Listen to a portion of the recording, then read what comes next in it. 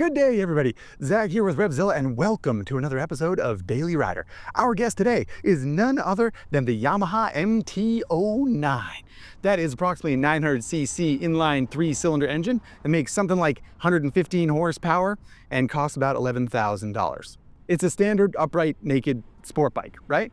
But here's the interesting thing about the MT-09 is that when it first landed on US shores as the RevZilla about 10 years ago, it was a very different motorcycle for a whole host of reasons. So on the ride to work today, we'll talk about the MT-09, all the bells and whistles it has, how it fits into the world of motorcycling today, but also how its design journey over the past 10 years has changed it as a machine. It's a bit of a think piece, perfect for a ride to work. Let's go, everybody.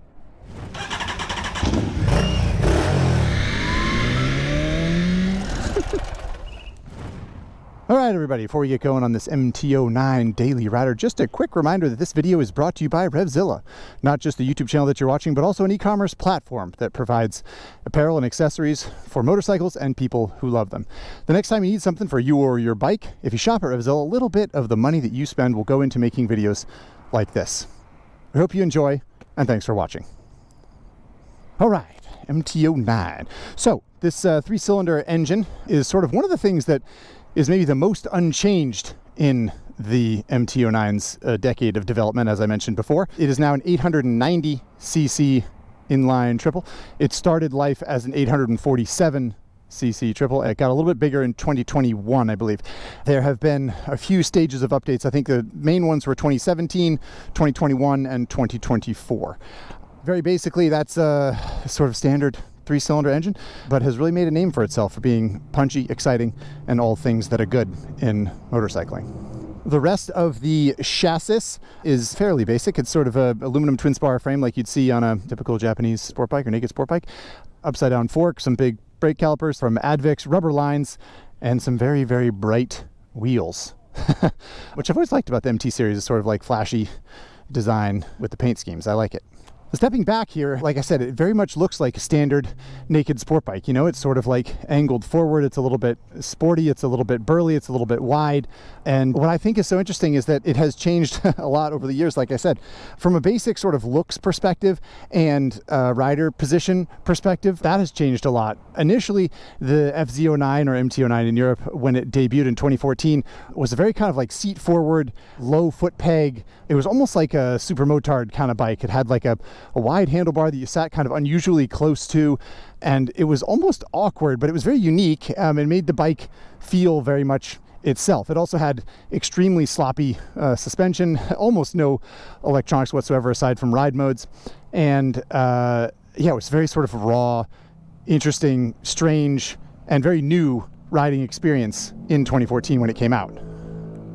In 2017, Yamaha added some electronics and updated the bike to have LED lights and that kind of thing, and did some revising of the throttle, which was famously sort of snatchy in its first generation. In 2021, the fork became shorter. The handlebar was lowered. Everything sort of like angled forward a little bit more and a little bit more sporty kind of pose, and the riding position became a lot more conventional.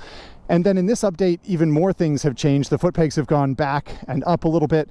The handlebar, I think, is lower still, maybe. The gas tank is wider and lower. So the whole bike is sort of like slowly morphed into this more standard, sporty looking and feeling state-of-the-art sport bike, rather than this sort of strange, upright hooligan thing. Componentry-wise, it has a standard shock. I think it's a Showa shock, maybe? KYB? I forget. Adjustable for spring preload and rebound, I believe. The fork, as far as I understand it, is fully adjustable, but none of it is too adjustable or too premium, because there's, of course, the MT-09 SP model, which has the same engine, but it has a fancier fork. It has an Olin shock. It has Brembo calipers up front for the front brakes, and it has some unique electronics built into the bike as well. So there's a premium version of this bike, which always, I think, holds this bike back from really, you know, stepping forward into the true limelight. Anyway, very basically, it's just largely the same bike, same basic engine and same basic design as it's always been, but an evolution, like I said. Speaking of evolutions, we can flick on this little TFT dash unit here, and we can fire up this famous 3-cylinder engine, and then we can actually get on the road here and ride to work. So here we go. All This is nothing quite like a triple. It sounds good. Does it sound eager and excited? Like it's licking its chops, about to go to the office? Here's the new face on it. MT-09's always had kind of polarizing looks, I think. This one is no different. So here we go, team. Let's ride to work on the MT-09. Yeehaw.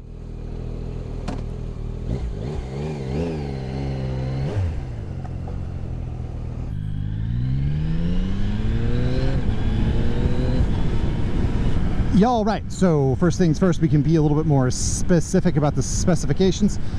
It is, as I said, an 890cc inline triple. I think the horsepower rating is about 117 and torque is maybe 65 foot-pounds, if memory serves. All that information is in the description of this video, of course.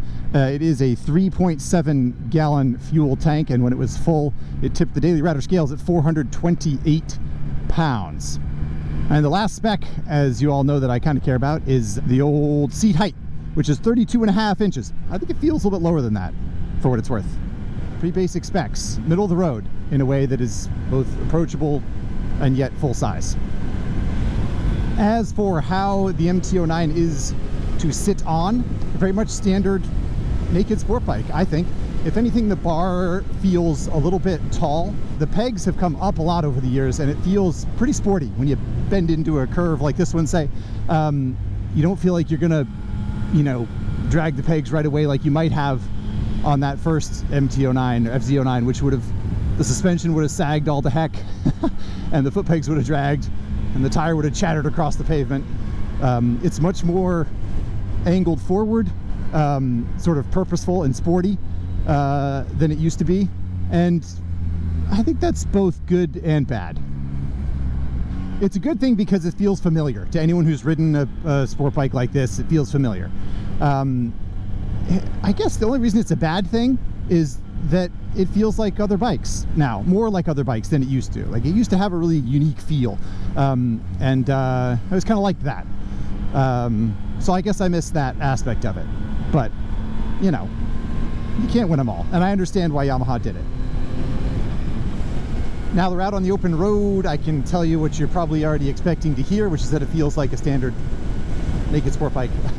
And it does. The fairly upright riding position means you do face a pretty sizable wind blast, and you can scoot back on the seat, but taller riders are probably going to run out of room pretty soon. Doesn't have a ton of room to slide back and lean into the wind. However, there is some good news when you slide back there, which is that the seat gets extra wide and a little bit thicker, it feels to me, and is a pretty comfortable place to sit, realistically. Like, you get a blast of wind in your chest, but that's life when you're on a bike like this. And aside from that, it's a pretty agreeable spot. Plenty of leg room still, even with the higher pegs. For someone at 6'2", I feel fine sitting like this for most of a day. Now, just about every motorcycle company that's come up with an inline triple engine is going to say something like it has the torque of a 2-cylinder engine and the smoothness of a 4-cylinder engine, and in a lot of ways it's really true. It has a beautiful lump of power that starts really low in the revs, and yet when you ride out on the road like this and you rev it up to 5,000, 5,500 RPM, cruising along at highway speeds, it's a very pleasant sort of thrum that you get from the engine. It's not horribly vibey, and for that matter, not any more vibey than other twins or fours are, in my opinion. So it is a good balance, and I think that's something that is worth pointing out about the MT-09, is that Yamaha has settled on this triple and has built a whole line of motorcycles around it, and there's a lot of kind of like marketing mumbo jumbo that goes with that, but in my opinion, it is an excellent engine for so many things, and the bike benefits from that in lots of scenarios, not just ripping wheelies or on a twisty mountain road, but even just out on the highway like this. It's a nice engine for this kind of thing. What about fuel mileage and range, you're wondering about? Well, that's never really been the MT-09's thing. In fact, I think it maybe has always had a 3.7 gallon tank. Is that true? Every single model? I think maybe. Anyway, a 3.7 gallon tank and fuel mileage in the low 40s was my average. You're not going to stretch your legs too far, right? But it's acceptable. And also, like I said, it's not like the thing that the MT-09 has always tried to excel at or impress people with. That's not its thing. It's supposed to be a punchy, sporty bike. It betrays it a little bit. I think if it had a 4-gallon tank or 4.2-gallon tank, there'd be some happy people who don't really want to upgrade to a Tracer 9. They just want this bike with a little fly screen and some soft bags on it to take a weekend tour. But such is life. You'll probably be filling up at about 150 miles, if not before. What about the mirrors, you ask? All you mirror nerds out there? Pretty good. I don't have a lot to say about them. They could be probably an inch or half inch farther outboard. That would be helpful in my opinion. But surprisingly smooth. Smoother than I would expect for a bike like this. The kind of bike that has a 3.7-gallon gas tank is usually the kind of bike doesn't really care what the mirrors do. But this one's pretty good. All right. Off the freeway, into the neighborhood. And time for the old stop sign challenge. We're going for footless stops here, people. We're trying to get to 0 miles per hour without putting our feet down, and we're trying to feel good about it. So here's the first attempt. Yep, yeah, that's a pretty good one. Nice. I think that's a good display for the MT-09. It's not docile. It is a rowdy character ultimately, but it's good at this kind of thing. And like I said, the seat height feels appropriate, if not a little bit lower than the number suggests, and you get that sweet baritone or the triple kind of humming away, trying to help you out. Ooh, that's another good one. Glad that gal yielded to me. That was nice of her. Throttle response has always been a hot button with the MT-09, and I think in this iteration it's sort of gotten better slowly over the years, in my opinion. I always had a little bit of trouble with clutch feel on this bike for some reason. You adapt to it, but I always say that like a nice classic cable clutch is kind of the ticket. This one's always felt like a little numb and strange to me, though I do adapt to it pretty quickly, and it's such an easygoing and kind of like helpful engine at low RPM that it's yeah, it's never feels unruly, I would say. I should say, if the throttle response is too spicy, for you in particular, there are a bunch of modes. More ride modes than you can shake a stick at. Well, that's not true. You can shake a stick at an awful lot of ride modes. But this button over here says mode, and then upper right-hand corner of the screen, you can see it goes to sport, street, a couple custom modes, and a rain mode. I go ahead and leave it in street, because I don't know, as usual, I don't feel the need for so many different things. And I think the middle of the road one is pretty good. The custom modes are nice. You can fiddle around with some settings, which we'll talk about a little bit later. But yeah, I think the big takeaway in an urban environment like this is that the throttle response, which used to be just so famously horrible, I think has kind of leveled out into generic 2025 motorcycle fueling, which is not perfect, but acceptable. All right, green light. Let's go. Burble, burble, burble. Wrap. Oh my goodness.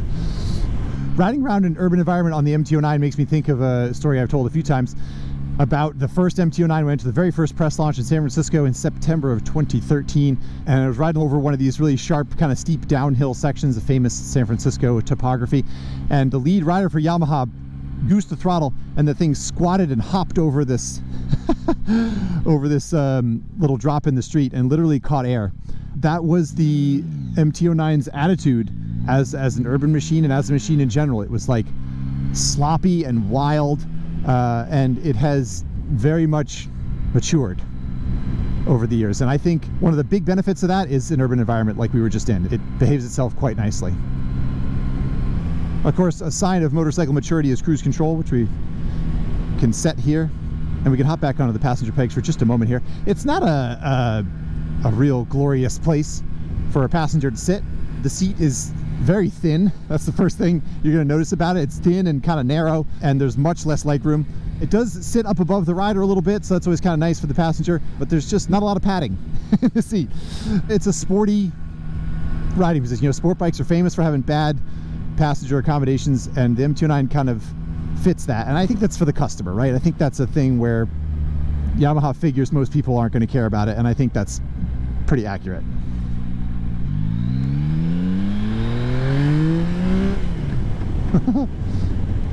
Right, into the twisty road section of the route. And MT-09 is pretty good at this kind of thing.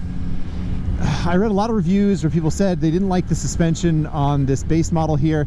They felt like it was too stiff if you were under 200 pounds, and the damping was too loose. And I guess that's fair. The way I feel about it is that it's leveled out. This bike is perfectly capable, normal motorcycle when it comes to suspension now. It has two things working against it. One, its reputation. Like I said, when it first came out in 2014, it was just like so loose and sloppy, and that reputation has stuck with the bike, and Yamaha has felt the need to try to fix it, and I think has fixed it in large part. The other thing working against it is the SP model. Of course, it has up-spec suspension. It is more adjustable. It is more controlled, and it's better suspension. It's just better. It is. I admit that 100%. But I think that in some ways Yamaha points out its own flaws by having a bike that has up-spec suspension, right? You have an SP model, you're sort of like, well, okay, we made this one because that other one, the suspension, I know, we know the suspension's not great. So we built this SP model for those of you who really care about suspension. And I think ultimately, you know, if this had been a 2024, 2025 model that had just come out and been like this, I don't think there would be as many complaints, or as much scrutiny anyway, about the fork and the shock, because I think in general riding, sporty riding like this, except with no cars in front of us, I think it does quite well. I think it's poised enough and works pretty well. All right, as we finish out our run down the twisty roads, we're turned on to surface streets again, and this brings up something that I very much need to talk about, which is the hole in power in second gear. When these cars all go by here, I'm going to pull out onto this road in first gear. We're going to shift to second gear, and I'm going to open the throttle at a low RPM, and we're going to see that it doesn't really do what it should do, interestingly. Okay, here we go. First gear, we're going to get going here, and then we're going to shift into second gear, and I'm going to open the throttle. And this is very tame acceleration until you get to 6,500, and then it all kicks back into gear. There's a very sizable hole from about 2,000 to 5,000 or something like that. All the details of this are in the article. There's a link in the description of this video. My colleague Dustin did a fine job rooting out all the gritty details of the hole in power in second gear on the MT-09. You can see a dyno chart that shows that the throttle butterflies don't open, even though the throttle is open in second gear. It has to do with European sound emissions, I'm told, and of course it can be fixed with ECU flash or some sort of aftermarket tune. But as it sits on showroom floors, the MT-09 has a very sizable hole in power in second gear, and I feel the need to point that out because it was a surprise to me, frankly. It's very noticeable if you ever really open the throttle. That's too bad, because obviously this engine is so delightful. As we pull away from this stoplight, what I'm going to do is accelerate in second gear again, but partial throttle this time, like this, and then I'm going to go up to third.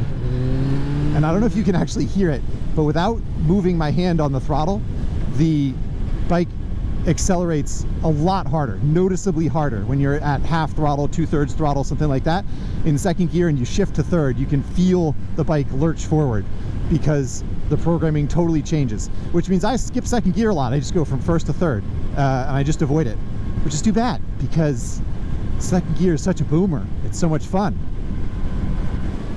But all right, enough talking about ECU troubles. Let's talk about brakes, shall we? Here we come down to this stoplight. I'm gonna grab those front brakes. Yeah, good brakes. Pretty quick cycling in the ABS as well. Of course, not as fancy as the Brembo calipers that come on the SP, but these big 4-pot Advics, they do fine, I think. I've always thought the MT-09 deserve larger rotors up there. I think they're still 298 mil, like 300 mil rotors. And I mean, it's a 430-pound bike with 100 and something horsepower. Like, it deserves 320 mil rotors or 310s. I think it might help a little bit. Just give it a little bit more power from the system. All right, it seems like we're gonna have enough time at the stoplight to talk about the dash, so let's do that. You getting terrible glare or anything? I'll try to mitigate that. It's a nice, colorful dash. Got this bar tachometer in the setting that I have selected right now. If you click on this settings button here, you can go in and use this joystick to flick through this menu. You can go to theme, and in theme you can change through these different options for dash mahuzits. Some of them are very strange, and I kind of like this one. So I stuck with it. That same button will allow you to go into settings of some kind. and you know, change Yamaha ride control modes and settings. So you can adjust each of the parameters within all these modes, which is kind of cool. I'm sorry, you can adjust them in the custom modes, right? So you can change the traction control intervention in custom 1, blah blah blah, and that stuff will stick, which is kind of nice. Also sticky in these settings in here, I forget how to get there exactly, but I have wheelie control and the backslip regulation, or sort of fancy ABS, turned off. And those modes are also sticky. I have it in street mode. I have wheelie control off. When I cycle the key, it stays off, which I think is nice. It's a sort of a tip of the cap to the owner of the MT-09. We trust you to do what's best for your ride, which I appreciate. To circle back to the MT-09's lovely engine in this part of the ride where we sometimes talk about, should you buy this bike just for the engine? I think it's a very interesting discussion, because the Yamaha 3-cylinder power plant that's in the MT-09 and Tracer 9, XSR 900, blah, blah, blah, is just awesome. It's such a nice engine. It's really good. And if someone told me, you know, I'm buying that Yamaha because I really want that triple, I would say, yeah, sure, I get it. But of course, there are Triumph triples as well. So Yamaha's not the only one playing this card. And it is a lovely engine. It is a good reason to buy the bike. Just the big problem with it is that there are other bikes in the same class that have a similar engine, and that's unfortunate for Yamaha. As we approach this stop light, I realize that there's another rant that I need to go on for just a moment. Bear with me, please, as we come to a nice safe stop. This is the blinker switch on the new MT-09. You push this button to put the left blinker on, and then you push it again to cancel it. Right blinker, and then again to cancel it. It also auto cancels. What this means is that you never really know if the blinker's on or not. So you're riding along and you tap the button, and then a few seconds later you're like, I should turn off the blinker. So then you tap it again, and maybe it goes off, but maybe it already auto canceled and now it's back on again. I find myself checking to see if the blinker's on all the time, and I have no idea why Yamaha felt the need to redesign a blinker switch. Rocket to the left, rocket to the right, push to cancel. What was wrong with that again? Why is that a problem? And look, I've had a lot of people I've had a few people anyway say that they love the Harley style of blinker, where there's one on either side, or the old BMWs were like that. And if that's what you like, okay. It's like putting the shifter on the right hand side, like an old British bike, an old Italian bike, right? Like, I've ridden bikes like that. I can shift with the shifter on the right side and the rear brake on the left side, but we all agree now that the shifter goes on the left. So why can't we just agree that a blinker switch is push to cancel and then you rock it back and forth? I've never heard a good argument for any kind of goofy BS like this. Over-engineered. Horrible. I hate it. At any rate, we're coming to the end of the ride now, and I do want to circle back to the greater theme about the MT-09, right? I said it started off as this wild, loose, crazy, uninhibited, almost zero electronic, almost hooligan machine that was cut from whole cloth. It was just designed to be an exciting, interesting, powerful, fun street bike. It wasn't a stripped down sport bike. It wasn't anything else. It was supposed to be just that, and it was that. And over the years, it has matured. As we've talked about, it's gotten more and more electronic features. It's sort of slowly morphed into a more standard naked sport bike riding position. All this brings me to a little whiff of sadness, because while the MT-09 is, I think, a better all-around bike than it's ever been, and certainly a more capable motorcycle than it was when it first came out, when it was a little bit half-baked, I do kind of miss the original bike a little bit, and even the 2017 update, when a lot of the problems were still there. It just had its own personality. It was so different than anything else. And was it worse than other bikes in some ways? Yeah, absolutely. But it was very much itself. And as it's become more a standard sport bike, it's become more homogeneous and practically better, but emotionally I miss that wild MT-09 a little bit. Speaking of that wild MT-09, we're going to do a dirt road shortcut here. So I'm going to go to rain mode. And we're going to try out rain. Oh yeah, you can feel the throttle response is a lot softer. It's quite gentle, I gotta say. All right, let's see a rain traction control. I mean, it's pretty liberal. It allows a lot of acceleration. I'm surprised. It's more, the bike is more aggressive in rain mode than I would have expected. So let's try sport mode, shall we? Sport mode. The throttle response is a little snappier here. That's TC on. I mean, it's letting me do big slides. That's funny. Do we want to do one with TC off? Whatever, you get the idea. It would be a real hoot with TC off, I'm sure.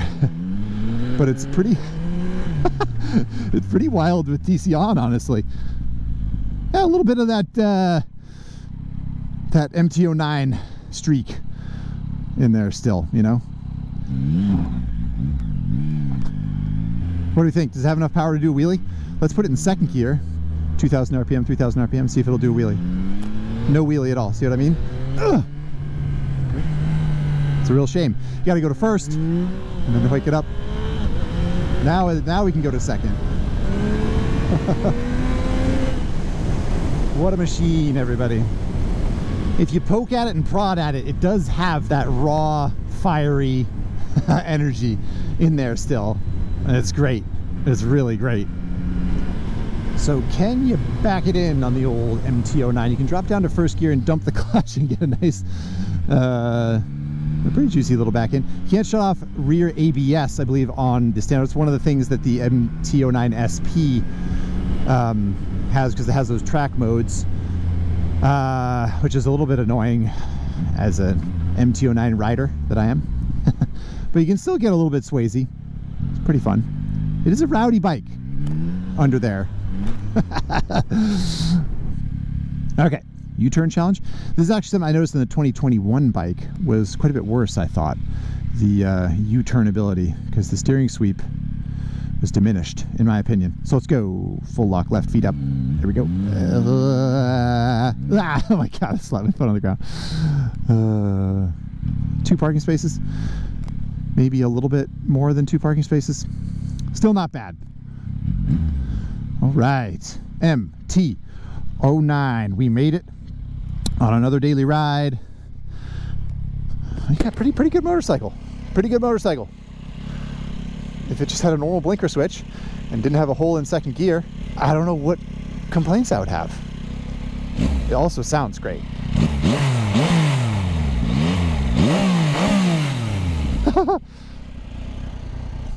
Everyone's pretty used to the Yamaha triple noise now after 10 years, but I don't know, it's still sweet, I think. All right, let's do some Instagram questions here from you all, the faithful and lovely daily rider viewer and listener. First one comes in from Regis Bagas. Regis Bagas? I'm not sure. Anyway, this person says, has this MT-09 generation gone too refined that it lost that rambunctious excitement character of the first generation MT-09/FZ09? We've talked about a lot during this episode. I bring it up now because of the subjectivity of it, right? Has it gone too refined? Is it worse than it was? That's sort of what you're asking, right? And the reason I wanted to end with this same point is that I feel a certain way about this bike. What I want to be clear is that this is one of those machines where my personal feelings and the facts are pretty different, I think. I think the fact is that this bike has more technology and is a little bit more expensive, but like not really more expensive in a way that's super prohibitive, I don't think. And it has all this technology and capability, and it has an SP model and blah, blah, blah. All that stuff is just so expansive compared to what it used to be. Do I wish they had an MT-09 SP and then the standard MT-09 was sort of like just as wacky and weird as it used to be with a goofy riding position and blah, blah, blah? Like, who cares about the racetrack? Yes, that's what I wish. But do I understand why Yamaha did this? Absolutely. And whether or not it's too refined is kind of up to you. I mean, not having any access to the engine's power and dynamism between 1,500 and 4,000 RPM in second gear, yes, that's too refined, in my opinion. aside from that, it's really up to you to decide what amount of refinement is right. Maybe this is hitting the sweet spot. Maybe you're one of those FC09, MT-09 owners and riders who is just sort of like begging it to be a more standard, state-of-the-art naked sport bike rather than that goofy thing that it used to be. Come up with your own opinion on whether it's too refined. Don't just listen to me. Next question is from A. Han Solo, who said, would you pick this over the Triumph Street Triple RS? Right, basic question there. That is, the Street Triple R and Street Triple RS are very much in line with the MT-09 series. Now there's the Street Triple R, which is slightly lower spec and has a price that's very similar to an MT-09. And then there's the Street Triple RS, which is $12,500 or $13,000, more in line with the MT-09 SP price and specification, has higher spec suspension, has a little bit more horsepower, though the Street Triple engines are mechanically identical, I believe. Anyway, the point is, would you get a Triumph instead of this bike? And this is where I bump up against the thing that I struggle with the MT-09, because is the MT-09 SP worth it? Do you pay $12,500 to get a fancier fork and an Olin shock and some electronic adjustability and a key fob instead of an actual key? I struggle with that. I struggle to think the suspension is that much better and that big a deal, unless you want to go to the racetrack all the time, for example. But if you're going to do that, I might say you get a Triumph instead, because it has its lineage and DNA reaching back to the Daytona sport bike, and that makes it a more potent and precise weapon as a true sport bike, I think. It's a very muddy mess, and I can't help but think, like I said, Yamaha would just sort of like make this bike totally different from a Street Triple, like something else with a 3-cylinder engine that's not so similar. But maybe Triumph had too much market share and Yamaha was worried about that, and so they made bikes that were comparable. So to get back to your question, A. Han Solo, would I pick a Triumph over this? Yeah, I think I would. I don't think that the MT-09 really offers a serious upgrade in any direction that the Triumph doesn't have. Is it like a little bit burlier, a little bit more kind of raw and urban, and maybe it's a little bit more fun on a daily ride because of the engine dynamic? Maybe, yeah. But I would struggle to turn down the true sporting ability of the Street Triple. I just really like that. Good question, and it only took me 10.5 minutes to answer, so I bet you're really satisfied. Last question is from Moeto Psycho.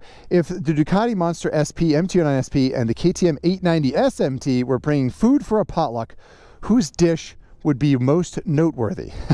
It's a good question. I don't know. I think the Ducati would have the most flavorful dish. It would be the kind of the spiciest. It would be the one that would open people's eyes the most, and they go, oh, wow, okay. I think that bike bubbles with a lot of energy that the Yamaha and the KTM don't quite match. But I think the KTM 890 SMT would be the one that would bring the dish to the potluck that people would go, huh? And it'd be like, oh, you mixed your guacamole with sriracha and apples? I've never done that. And then you'd have a bite and you'd be like, whoa, interesting. I'm a fan of the 890 SMT. I think it's a unique answer to the daily rider question, if you will. Not as generic. It's a little bit outside the box. It has some flaws, but it is the most interesting. And the Ducati, I don't know, it's hard to argue against a nice burly V-twin that's light and narrow and has good brakes and all that stuff. I think the Ducati does that really well. And it's not that the MT-09 SP does not deliver on its promises. It does have good suspension. It does have better brakes. It does have more expanded electronics. Even with the 3-cylinder engine, I think it does it in a slightly more generic way than those two other bikes, if that makes sense.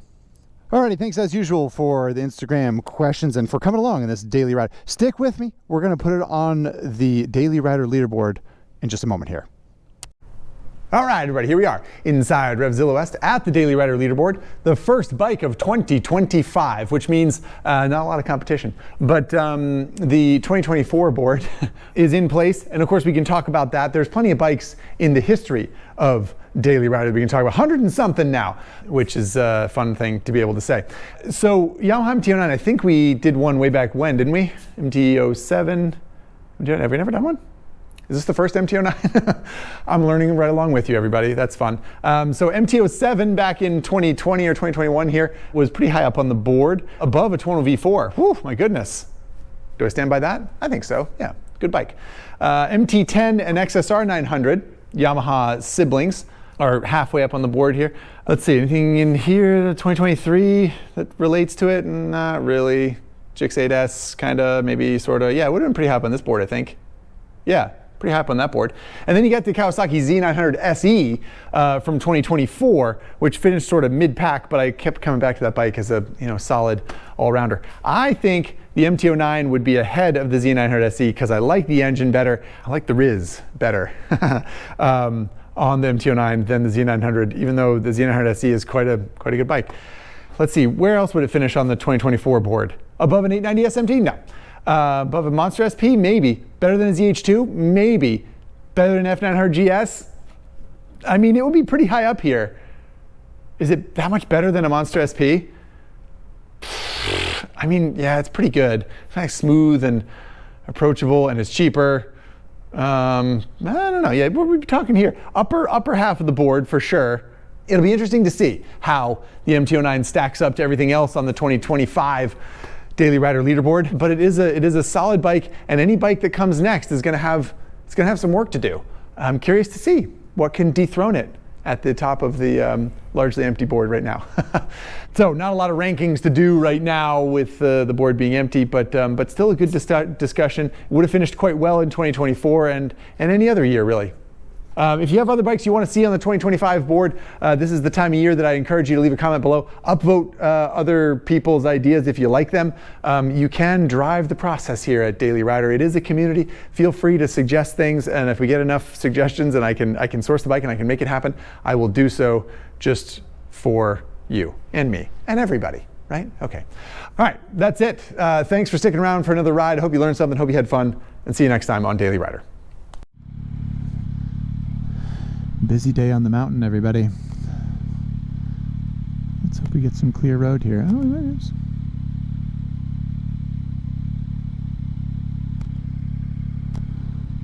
There goes Elon in the Cybertruck.